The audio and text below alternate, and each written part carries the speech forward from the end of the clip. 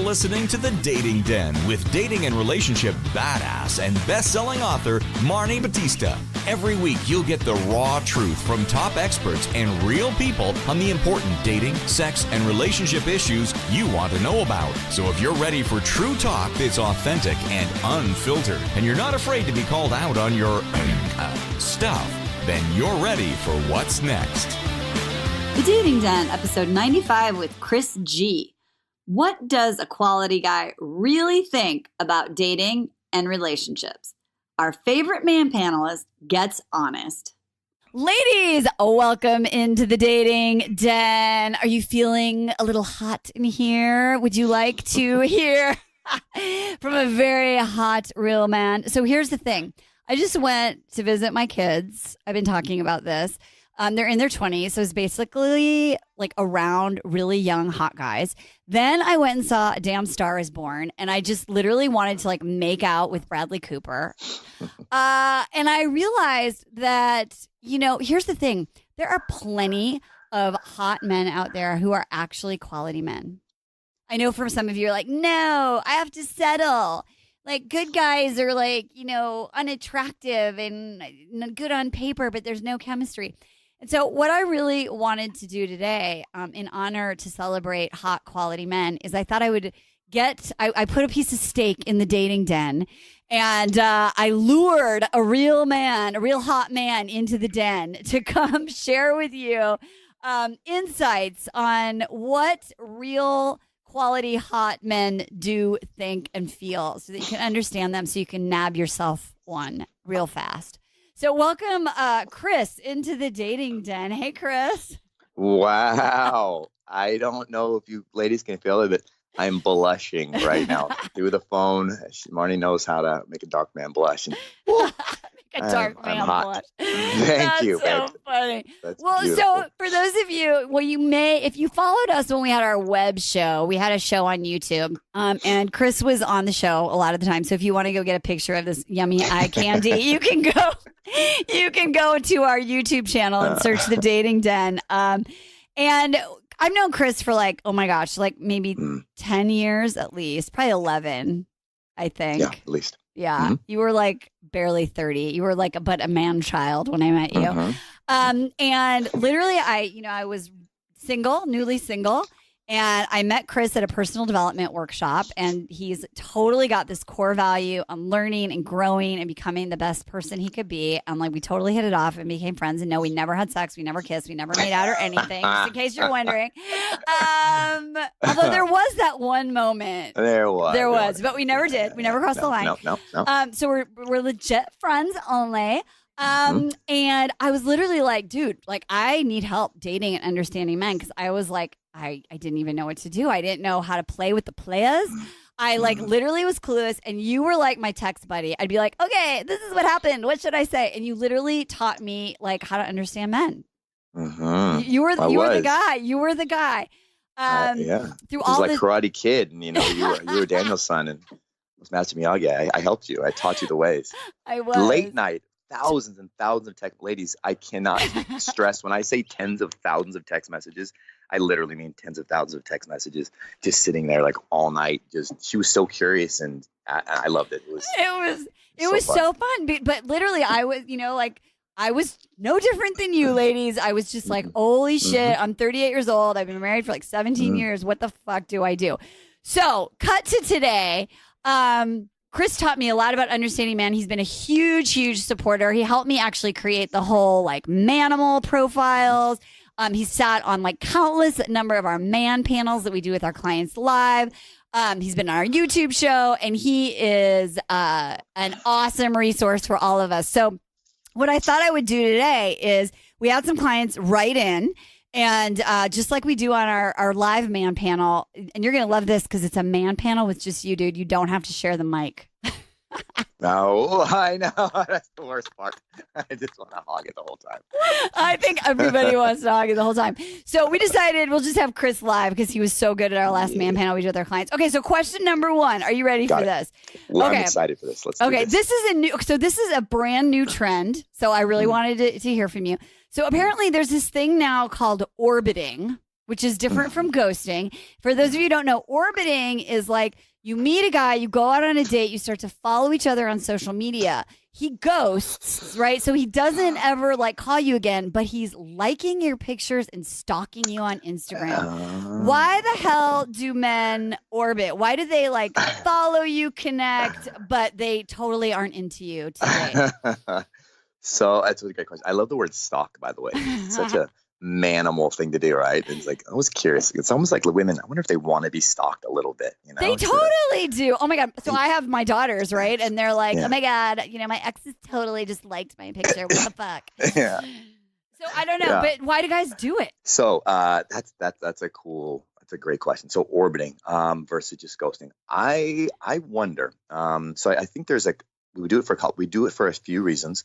One is if we are wondering if we're kind of keeping one hand on one vine of the tree and not quite letting go, and we want it until we get that other vine's perfectly lined up. So we want to kind of keep something on tap just in case. We can always go back. For option B. That's one option. Like, okay, play it safe. Another option, I wonder if we're doing it if we're like, you know what, this woman has a lot of potential and she's just not quite there. And I've told her, hey, and I want to, it's not working out, and I want to see how she reacts to it, and I want to see if maybe she can grow on her own. Because I'm a firm believer in that men, women, we can't change anybody, but if we say what we need and then we walk away, and if they do it on their own cognizance, and maybe it is something that they'll make those changes for us, or they will realize and wake up and say, heck, you know what? Okay, I'll do that. The third thing I wonder is if a guy does that, and then I wonder how clear has the woman made her intentions are. So let's say if they're breaking up, and we're seeing this not working out, is the woman saying, you know what, hey, let's I want something serious, maybe I don't know, maybe I have kids, and or I want marriage, and the guy's just not on board with that. And maybe is the guy is the woman still allowing herself to stick around versus completely closing him off? Because does it take two to orbit? Well, that's what I think. I mean, look, here's the thing. You can block somebody. Yeah. Right? Yeah. You can block them. You can make it so they can't see your posts. So I think that's an actually interesting idea, right? It's like, well, the thought is, well, maybe if he sees me, he'll realize how awesome I am, and then he'll come back. Yeah. And so you were talking about your daughter, how she has her talking about her ex-boyfriends are totally stalking her. Let's be honest here. I think that women, the girls, are masters at detective work and keeping tabs on everyone they've hooked up with, and keeping them just kind of in their hopper, and which I think is kind of a crappy thing to do, especially if they're trying to date somebody new, to have these constant reminders, these niggling reminders of these guys who did them dirty or have bad feelings. Like, well, then unfollow them. But I don't get, I don't get unfollowed very much, and I'll notice, when I'll post something, the only people who look at it are, girls in my past. Like, that's strange. My actual friends I want to see it don't care, but the girls who are supposed to hate me, they're the only ones who watch it. I'm like, what the fuck? Such a weird audience. It is a weird audience. And what's interesting too is, so my daughters, and I think that women do this, they do block, right? Or they do unfollow, but then they've got their posse of girls. They'll be like, yes. Oh my God. Screenshot. Yeah. Look what Chris just posted. Like, I thought you said he wasn't ready for a relationship, and now he just went to Asia with Bethany Sue or whatever. Yes, exactly. So as if, so their hands are clean, and the guy can't say they saw it. And then the new thing is on Instagram. So again, there's all these different social medias. On Instagram, it's slick. The one way, so people love looking at stuff, stalking it. That just means you're looking at your photos, but you're not actually liking or acknowledging that you're looking at someone's photos. But when someone posts something on an Instagram story, which is like a live feed of short little videos you post throughout the day that disappear, in 24 hours, it does actually show you. It does actually show you who looked at your photo. So that's probably what so that's how so many dumb guys who are total stalkers get called out, and they find out, and the girl's like, oh my God, he's totally stalking me. He's watching my stories. Well, That's what they're talking about. and you can do that on Snapchat too, because I am Yeah. cool enough to be on Snapchat. for sure. You can Yeah, totally do it. Yeah, Instagram was the thing though, because guys thought it was great. You know, all these girls have got all their butt pictures and stuff when they're, they're in their bikinis and all that, and guys and girls think they're, or guys think they're safe, but then and I've told so many guys, I'm like, hey, you dingus, everybody can see that you're watching your story. Like, what? You can? Yes. Yeah. So. Man. So it's not good. So here's the thing. I think there's two main points. Is there could be a multitude of reasons why someone is either stalking or actually actively looking and liking. But there's two things. One is that what Chris suggested is if you're looking to truly move on, then you want to remove yourself from the triggers of the past. Number two is if you have this fantasy that some guy is going to suddenly change and that you're going to seduce him into wanting to come back because he'll see how awesome you are, that's manipulative and inauthentic. And there was a reason why you didn't work out in the first place. And then the third thing is just because people like to keep their options open. And so, so maybe it was a case of right guy, wrong time. Maybe it's okay to be social media friends. But otherwise, like, would you say if you were going to kind of sum it up, if you want to move on, should you if someone's orbiting you, should you make yourself unorbitable? 100%. 100. Yes, absolutely. And it's funny because there really is, especially in this time that we live in, where eyeballs are such power. And I do wonder how many people, guys and girls I know, they use social media not because they really have a story to tell, or they want to, make someone's life better, which I think should be the purpose of it. But it's almost like, hey, don't forget about me. Don't forget about me. And they're constantly throwing these little roses in there, like, hey, don't forget about me. And it's tough to, it is tough to move on when you're.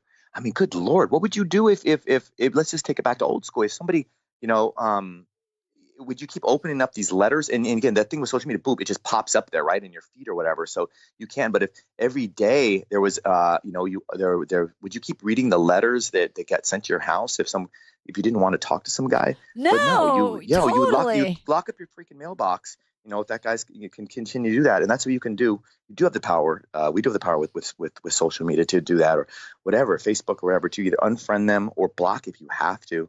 But if you really want to make that clear move on, so they say don't set ourselves up as a victim, because in the end, the cool thing about it is we are ideally in all reality in total control of what we see, and how we think and how it makes us feel. I love that. It's brilliant. Chris, damn, you're so smart. Okay. Question. I love that. That was a great conversation about orbiting. We are on the cutting edge here at Dating with Dignity, people. How many people are talking about orbiting? I don't know. Okay. Number two. How do women get your attention? Is it just how they look, or is it their confidence or what they say, or is there something else?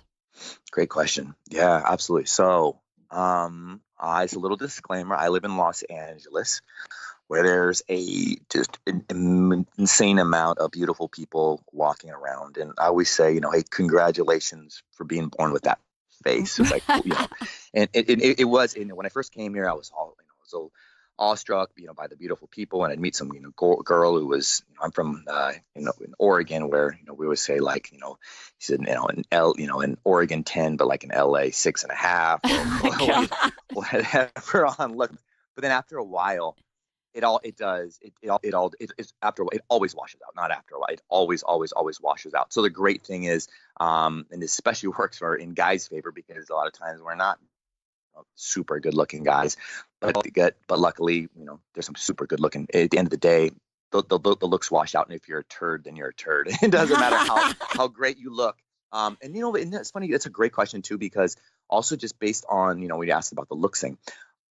Me and my friends, the people I know, the men I know, we trust, and we put less value, not just people who live in LA, but less value in, especially when it comes to online, and online physical attractiveness, because of all the angles and smoke and mirrors and duck lips and purse things and then Lululemon, which makes everybody look sexy and slim. All these great things. Every girl can look beautiful on there. So now, I take it for the grain of salt. And I actually didn't, just a disclaimer, I didn't have a lot of luck when I did the online stuff, because every girl looked the same. They were all pretty, And as far as they didn't get my attention to get to your main point of, well, how do they get your attention? And they didn't get to my attention because they didn't hit, Marni touched on core values and things that they really, they really press my red buttons and really, really turn me on. And, which has evolved over time. Like I said, when I first came here, I was, just a superficial, douchebag when I came to Los Angeles. And I think that because I've been overly fed with beauty, with looks and all that stuff, it really does. It always wears off on everybody. But even like shaking that bait at me right now, that fishing pet tackle used to be shook. It doesn't get my attention like it used to anymore, except in very, very, very rare examples. But no, it really doesn't. And what gets me, again, every guy's different, but we got to find out, every man's wired differently. And for me, I love, like Marni pointed out, I love the pursuit of knowledge and just deep conversations and figuring out why things are and just exploring things and learning why I'm wrong about a lot of things. And so I'd say, intelligence. And also for me, like what comes to online is I love laughing. That's nothing more than I value. It's so hard to find a beautiful girl and that has all those things and intelligent, but still have, I'm still searching out there for that right combination of that, of that intelligence, that funny, that introspectiveness, and also just ability to be silly and make a person laugh. So those are the things that really get me. So like I said, back to, my online dating stuff, when I was doing it, when I was actively doing it, I mean, like it was, God, I almost made it a full-time job. It was ridiculous. I had to turn it off. Like I was obsessed. It was really, really weird. So I do a kind of obsessive personality. I mean, I literally ran out of people to swipe in Los Angeles. Oh my God. At one point, it was It is addicting. It's addicting. They must have changed the algorithm. Oh God. God, absolutely. It's just like, I was like a rat, just, putting these little pellets, and it just felt so good to get all these matches and stuff. But in the end, nobody stuck out, and they were all, all stalled, just stuck there, and, on the chafe, and there was I couldn't really suss out anybody of interest. And they all seemed the same. And I think that's the problem with online dating, is because you get so many freaking fastballs thrown at you. In the end, you're just like, ugh, they all just look exactly the same. And it was just too much. But so for me though, I didn't bite, and I didn't take girls out on it. I would just enjoy the matches. Right. It was, and dopamine and it's hit. embarrassing. It is. And it's embarrassing for me to say that, because, as Marni introduced me as this, great guy and everything, but no, it was definitely pressing an insecurity button on me. And I was to the point I had to look at myself like, wow, I'm really ashamed of that. Like, what's wrong? Like, that's ugly that these complete strangers, I wanted their approval so badly. And it did feel like a dopamine hit. So, and then I wasn't doing anything with it. I had all these matches, hundreds of matches. I just wasn't doing anything about it. So, so it because I wasn't able to see their personality, and I probably wasn't putting my best foot forward. In the end, I was being lazy. They were being lazy. Whereas I still think to this day, the best way, I had a conversation about this because I have these conversations that Marni's having with you, with my men. I got my own little man panel of guys that, God, they're calling me and, asking me about things. But we were talking about, we think it's really disempowering to have, things like, Bumble, Tinder, whatever. And in that because tell me if I'm wrong, that hopefully this doesn't sound chauvinistic, but I think one of the best ways that if a man really cares about a woman is the way that he can make her feel special and cherished and prized, is by having the balls to walk up across her, fight through his nerves, and suck up the courage and go up there and start a conversation and ask her out in person. And I still think that's hands down the best thing. And I hear women are always talking, well, men don't ask me out. Well, and then we'll probably touch on this later, but but a lot of women, I don't know if they necessarily open themselves up, because it takes a little risk too. Well, that's a huge thing. Okay, so let me just kind of put a little bow tie on the getting your attention. I think what's really important is, so when we teach our women to date online, we are actually doing this really special secret sauce that really, number one, shows your core values, and it's written and presented in a way that actually does stand out. And that's why our women have such luck. And number two, the way we have our clients do their photos is really evocative of their personality and their soul and their style, right? And the way, like, she's throwing her head back and laughing, right? It's not like a headshot or whatever. You can really see the light in her eyes. And I think that is really, because if you're going to stand out online, so many of you who are listening are dead on the inside, meaning your eyes are dead, right? You're so jaded. You're so angry. You're so like, oh my God, this is such a waste of time. I can't believe I have to do these photos. Or you're out with your friends and you're doing a fake smile because your friend is going to put this on your profile. And I will tell you, then you just become vanilla online. You're just one of the humans, you know, in the corral of online dating. And so I think if you're going to freaking do it, then do it right and stand out so that someone can see your core values, that your profile isn't like everyone else's, and that your photos are professional but evocative of your personality and your soul, so that when a guy is scrolling through, he's like, shit, like this person's alive.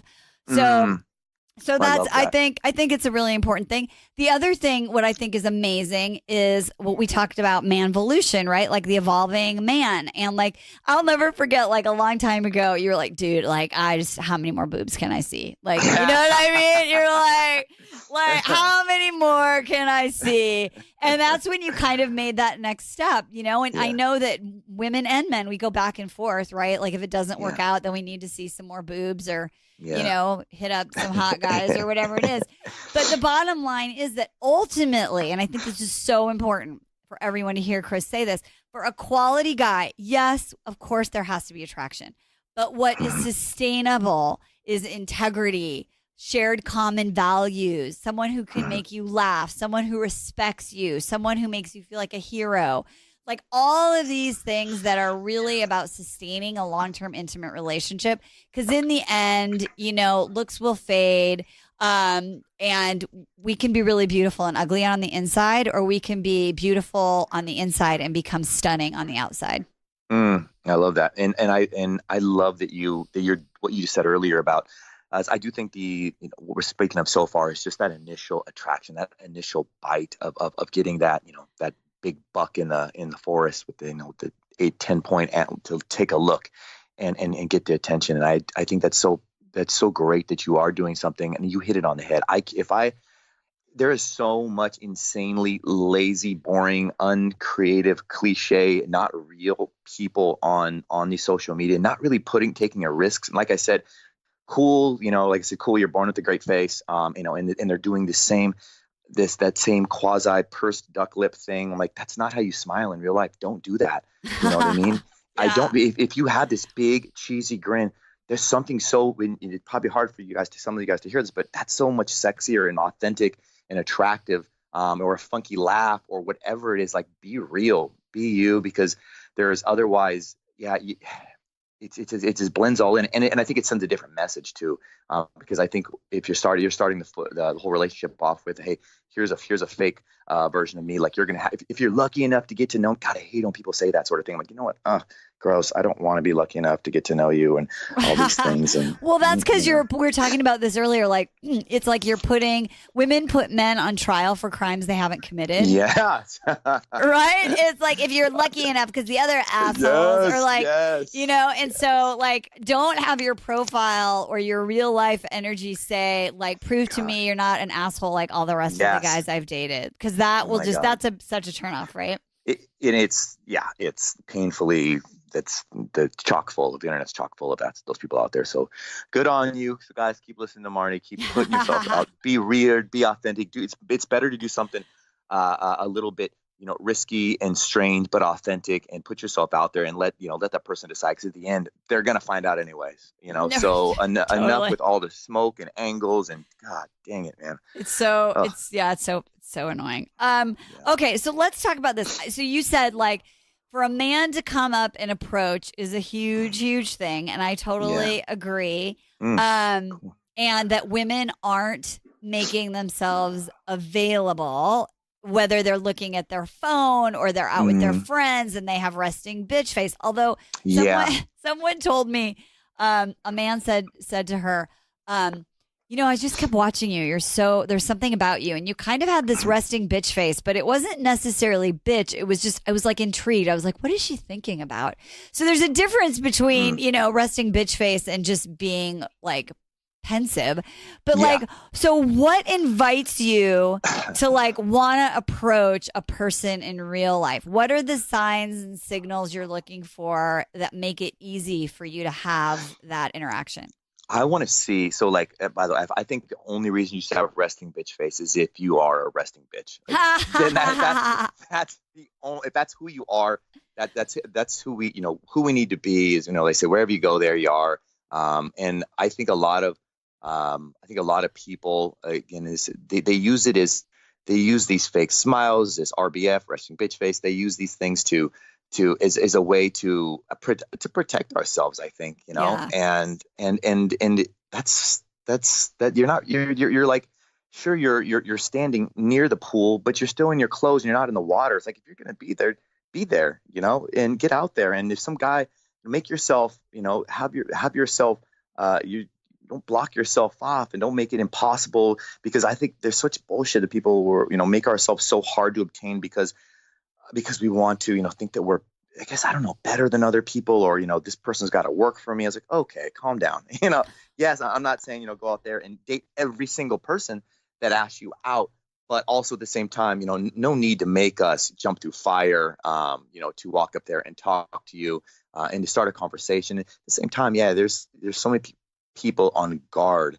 And this is just a strange time to live into. This is like a bigger topic on just as far as women being able to feel safe around men, and then you said and everybody, men being on trial and guilty for everything. And of course it's a small percentage, and that are culpable of that, but but just to that it's no one wants to fight through that armor. I'd rather go with somebody that's arms aren't folded across their chest and doesn't have a mean look on their scowl on their face or whatever. Maybe we'll try once, if that, but then I'm not going to keep going and working on it. That's just a long life. That's exhausting. Well, I think this points to a really important myth in dating, especially today. Men do not love bitches. Right? There's that book, Why Men Love Bitches. And the truth is, men do not love bitches. And so for you, what is the fine line between, like, obviously you have to treat me with respect. You have to, like, ask me out. I want to be treated like I am a woman of value, versus, like, if you're lucky enough to date me. What's the nuance when you're out there in the world? What are the behaviors or the actions or the things that people say that show you either, like, you're trying to manipulate by playing hard to get, and it's like a game, or you're guarded and you're just a person of value? I think would be a better name for that book is my ex, who for a long time. Yeah, she had that book. And I think that book, it's just so much more, such a great title of a book because it sounds so empowering, and there's such a badass. So I'm a bitch, and I'm who you want to be. But I think at the heart of heart, I think women are about love, and that's why, and that's the fuel. That's the energy that the men will build temples and pyramids and castles and go fight through wars, because we need that love that's so powerful that the women have. And I think instead, I think that book, and I've read through it, is that it I don't know. I feel like instead it should be like like why men love women who love themselves. Yes. Oh my God. Yes. Because it's not that I want you to be a bitch.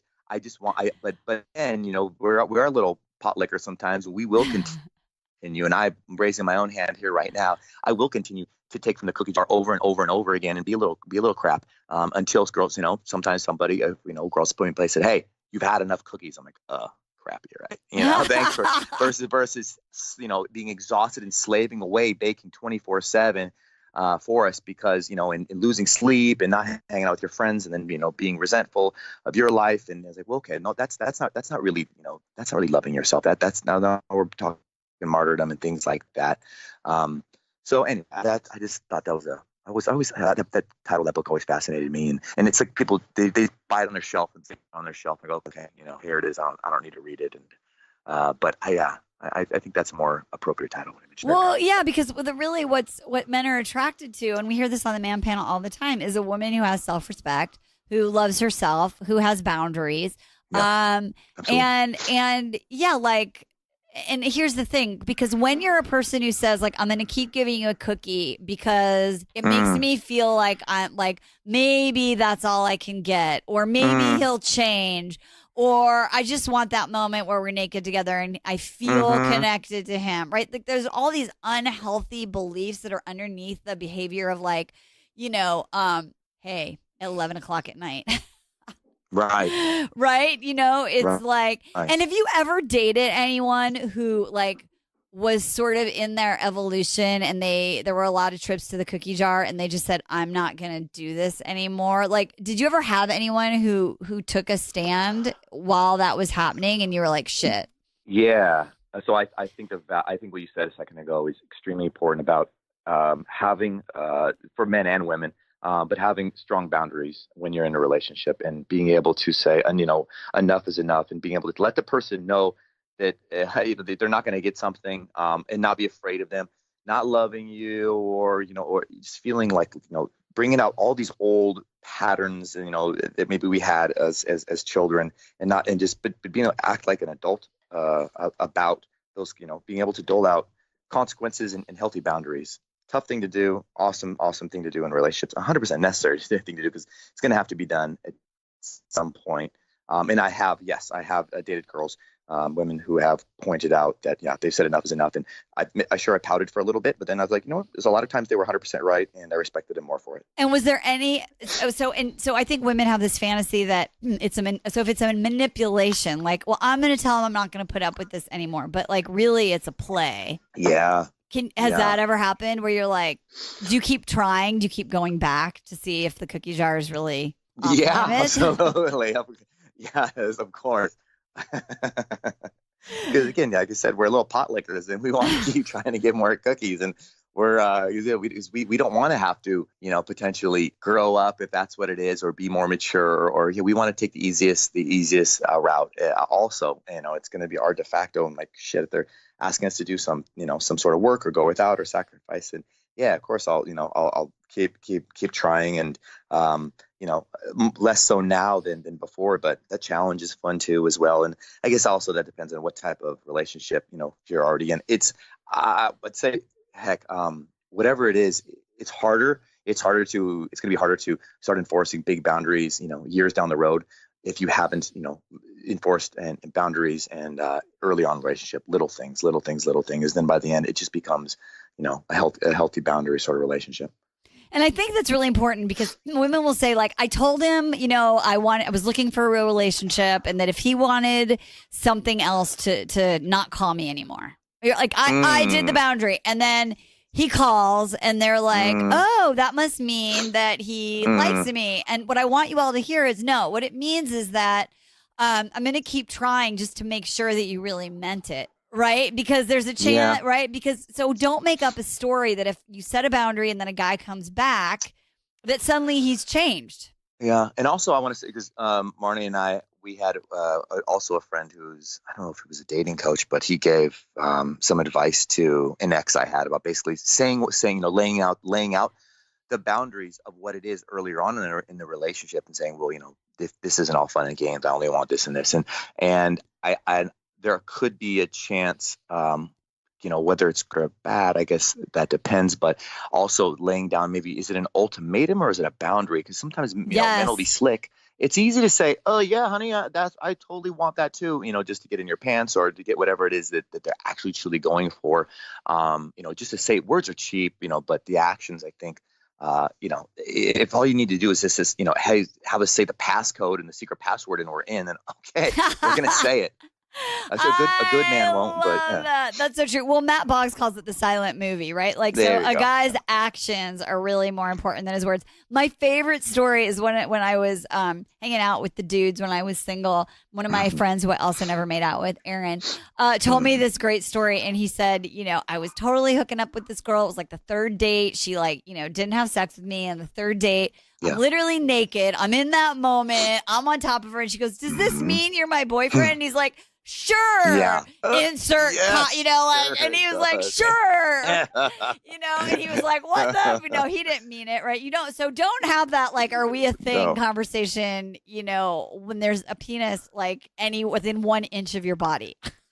Yeah. And I guess you understand the difference between an ultimatum versus a ultimatum that a person can manipulate for their own good, versus an actual boundary, on something, versus an actual healthy boundary, because something isn't making because you're not okay with something. If you have your set of rules and your guidelines, don't compromise that. But versus being like, well, I need you to say this and this. Well, if you're really setting it up to make it just a set of words, and it's also like mother-child. It's just weird.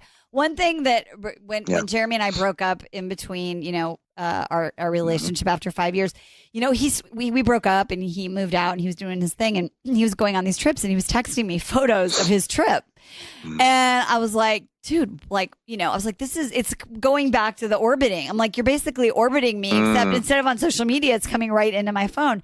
And so the boundary was like, what's not okay is you sending pictures. Right? Because you made a choice to not have me in your life, and I'm okay with that choice, but that means I can't be the person that you share your adventures with. And it wasn't like an ultimatum, which would have been like, if you're going to send me pictures, then that means like you're ready to be in a relationship. And so come back when you want to be in a relationship. No. Right? It was like, hey, you know what? This is like a privilege that you've lost. Yeah. Yeah. And it's so hard. And I'm nailing a couple of friends on it right now, but I really do believe that if you're, like you said, if you're choosing not to be with somebody, then it's important to set up to move forward if you're not with that person, and not texting them and sending pictures and thinking about them, because that's just manipulative and that's mean, especially if you really do care about that other person and you want them to move on. And it's just not helpful for us, because then we're giving an unrealistic simulation of what life's going to be like without us, because that's not how life's going to be like. You're not going to be getting texts and things like that with somebody. It's just keeping one foot in the water without keeping one toe in. It's like either do it or don't.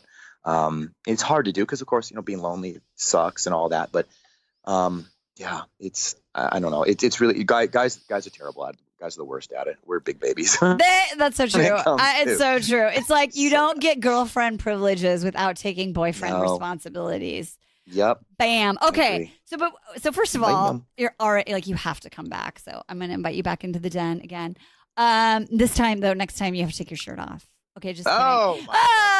Just kidding. I know. I tell you, still got that tiger's the beast. Dude, I so have it. I was like, literally like by the end of my trip, I'm like, I need to bang my husband. Like seriously, I can't be around any more like hot men, like young men. It was just bad. So anyway. But it was good. He is a young hot man. I know. He's so hot. No, he's so hot. And he is young. Hot. But what's really great for me, and this is my little share, was like I get so busy in like producing and working and household responsibilities and management. Like I realized that playful like part of myself that, was just like buried. And I was like, oh my God, like come back. Like you're cool. You're fun. So she's back. Okay. Yeah, right. So last thing, I asked this at the end of a lot of our man panels. And the question is this. So if you were to talk to these ladies who are listening, like they were your sister, and you wanted to give her one crucial piece of advice about dating and love from the perspective of a cool, deep guy who really cares about her, like someone who's got her back, what's that last piece of advice you would give? Say that question one more time, because I want to give it some thought. Okay. So if you were going to give your sister, someone you care about, advice about dating, and it was just like distilled it down to like your hashtag, right? Like your Twitter version of like advice. What would it be? So I think about, I do have a sister and I think about her a lot. And I think my sister is not that. I think my sister would benefit immensely from your program, and she absolutely won't listen to her big brother. I am her big brother, and she's been getting advice from me all my life. And now, but I do think that she's successful. She's beautiful. She's extremely smart. She makes great money. And yet, like, well, why is she single? And she's, been divorced twice. If I was to give her some advice, and I would say something on the lines of take ownership and pride of being the best woman that you can be. Because I truly believe that when we can be the best woman we can be, and that doesn't mean be the best woman. When a woman can be the best woman she can be, that she's going to find the best man for her. And that means that I think we live in a world where everybody's trying to be everybody. And, like I'm, trying to become, guys are trying to be the best listener, and girls are trying to be the best in the boardroom, and then we come home and we're like, oh crap, wait, who am I again? And it's hard to shut it off. But I think if you can really, like you said a second ago, Marty, you said that you're really focusing on being that little playful kitty cat, that sexual kitty cat, that fun, frisky girl that no matter it all steps in life, that hopefully if we can retain that spirit, that's going to bring out that extra, that manliness, that thing that you love and you want in your men's life. So, so truly. So I would say, be honest with ourselves, always be asking ourselves, hey, what am I doing here? Or, how could I be better? And how can I grow as a partner, is my, particular sexual role that I'm taking on in this relationship. And because when we really master that, I think we open it up to also invite in the best of the other side, the other species in there, to come in there and dance with us. I love that. I think that's so true. It's so true because, like I said, I have these young girls, and it's all about like gender roles and non-biased, and all that's super important. But in the end, we're women. Yes. We have vaginas, and the men that we want to date have juicy cocks, and like we all want to, we all just want to get it on and have like intimacy, not just physical but emotional. And so, like, when you said be the woman who you are, that means like be fully a woman and find a man who's fully a man, and be open to our femininity. Yeah, open your femininity to attract that masculinity, and understand, we're not it's not a one size fits all, but there is something that makes you feel truly feminine, and don't fake it or pretend to be somebody else, because like I said earlier, we're always going to find out the truth about who we are. So own it, be rad, be rad about it. And if be honest with yourself, say, what am I not doing right now that's super feminine? And again, and that's, your super feminine is have to be the same as somebody else's super feminine. But I have a feeling that just a few small little tweaks on your end are just gonna set a whole flood of like I said, these big wild bucks in the forest just looking your way and being curious. What's that over there? And they walk over there, and then maybe they make a glance. Then you smile and flirt. And everything, it goes on from there. Everything's beautiful. I love it. That is sage advice from Mr. Chris, who is, you're single. I am. You're single. Okay, great. Mm-hmm. Just so you know. So if you want to like get some feminine energy and just listen to this episode a bunch of times, you guys go ahead and do that. Don't forget, subscribe, tell your friends. And while you're in the pursuit of love, intimacy, and your personal favorite big juicy cock, don't forget to date with some damn dignity, ladies. We love you. We'll see you next time. Bye-bye.